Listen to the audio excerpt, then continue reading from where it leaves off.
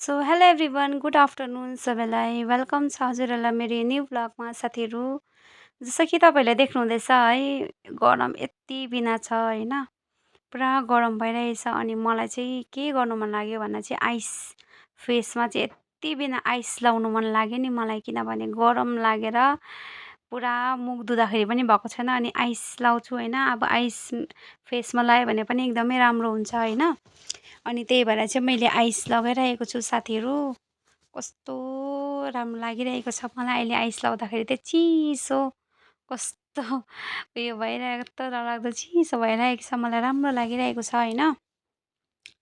अनि अब चाहिँ आइसहरू लगाउँछु किनभने गरम पुरै ज्यादा भएको छ साथीहरू। तपाईँहरूकोतिर पनि उता पुरा गरम होला है, हाम्रोतिर पनि यता पुरा गरम छ।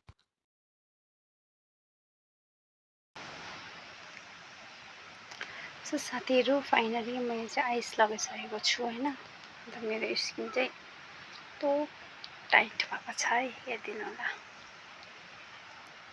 केही पनि लगाएको छुइनँ, गरमले गर्दाखेरि केही पनि लाउनु मन लाग्दैन हो।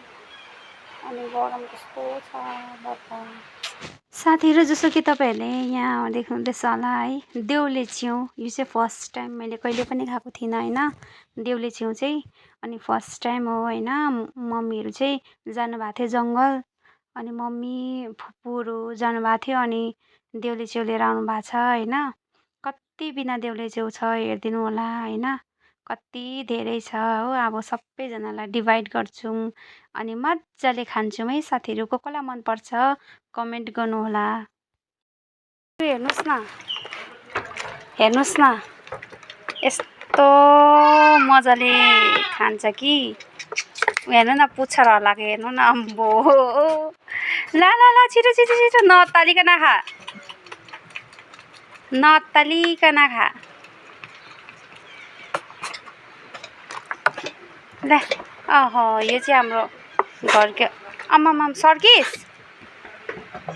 ल, यो चाहिँ हाम्रो प्यारो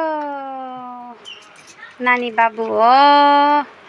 यसलाई चाहिँ यसरी खुवाउनुपर्छ है साथीहरू। यी हेर्नुहोस् है, यी डल्लै घोप्टायो, अत्तालेर केही छैन, सर्क्यो। अलिक उता जा,